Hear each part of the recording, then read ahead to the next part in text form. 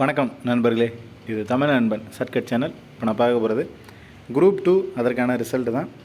So இது result பார்த்தீங்க அப்படின்னா வெப்சைட்டில் நீங்கள் போய்ட்டு டவுன்லோட் பண்ணிக்கலாம். டிஎன்பிஎஸ்சியோட அஃபிஷியல் வெப்சைட் தான். ஸோ அஃபிஷியல் வெப்பேஜில் போய்ட்டு பார்த்தீங்க அப்படின்னா நீங்கள் டவுன்லோட் பண்ணிக்கலாம். இதில் உங்களுடைய ரிஜிஸ்டர் நம்பர், கம்யூனிட்டி என்ன கம்யூனிட்டி, என்ன ஜென்டரில் வருவீங்க, ரிட்டன் எக்ஸாமோட மதிப்பெண்கள் ப்ளஸ் ஓரல் டெஸ்ட்டோட மதிப்பெண்கள் ப்ளஸ் ஓரல் டெஸ்ட்டோட டோட்டல் மதிப்பெண்கள் அப்படின்றத அவங்க கொடுத்துருப்பாங்க. ஸோ இந்த பிடிஎஃப் அப்படின்றது நீங்கள் உங்களுடைய வெப்சைட்டில் அஃபிஷியல் வெப்பேஜ்லேயே டவுன்லோட் பண்ணிக்கலாம். ஸோ எல்லாருக்கும் எவ்வளோ மதிப்பெண்கள் இருக்குது அப்படின்றதையும் கொடுத்துருக்காங்க. ப்ளஸ் இந்த ஒரு சில கேட்டகரி பாருங்கள், இந்த ஒரு சில கேட்டகரிலாம் பிஎஸ்டிஎம்மோட செலக்ட் ஆகியிருக்காங்க அப்படின்றதையும் ரிமார்க்கில் மென்ஷன் பண்ணியிருக்காங்க.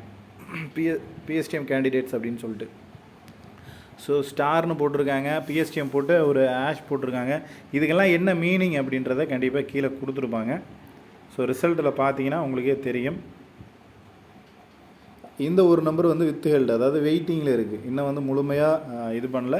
அது ஏதாவது ஒரு ரீசனோடு இருக்கலாம், ஏதாவது காரணங்கள் இருக்கலாம். சர்டிஃபிகேட் மேபி அவங்க ராங்காக கொடுத்துருக்கலாம், இல்லை வேறு ஏதாவது காரணங்கள் இருந்திருக்கலாம். அதனால் அவங்க வெயிட்டிங்கில் போட்டிருக்காங்க.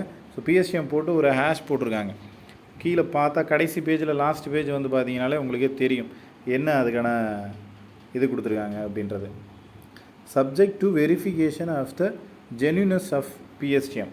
ஸோ பிஎஸ்டிஎம்மோட உண்மைத்தன்மை அப்படின்றத பார்க்கணும். PSTM certificate by the appointing authority அப்படின்னு சொல்கிறாங்க. ஸோ அதை அதனால தான் அவங்க ஸ்டார் போட்டிருக்காங்க.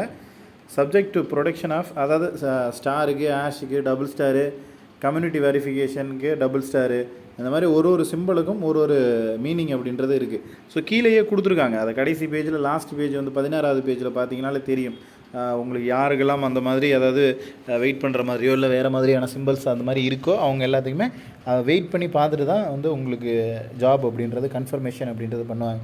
ஸோ இந்த கடைசி பேஜ் பாருங்கள், இதில் எந்த ஒரு இங்கே ரிமார்க்கில் எந்த ஒரு இதுவுமே இல்லை. ஸோ இதுவும் இல்லைன்னா எந்த ப்ராப்ளம் இல்லை. ஏதாவது இருந்துச்சு அப்படின்னா அதை நீங்கள் கிளாரிட்டி கொடுக்கணும், என்ன ரீசன் அப்படின்றத. ஸோ ஏதோ ஒரு காரணத்தினால தான் அவங்க அதை ஹோல்டு பண்ணியோ அல்லது ஏதோ ஒரு ரிமார்க் கொடுத்துருக்காங்க. ரிமார்க்கே இல்லாதவங்களுக்கு எந்த ப்ராப்ளமுமே இல்லை. ஓகேங்களா? இதில் உங்களுக்கு வேறு ஏதேனும் சந்தேகங்கள் இருந்துச்சு அப்படின்னா கீழே கமெண்ட் பண்ணுங்கள். நெக்ஸ்ட் அடுத்த வீடியோவில் பார்க்கலாம். தேங்க்யூ.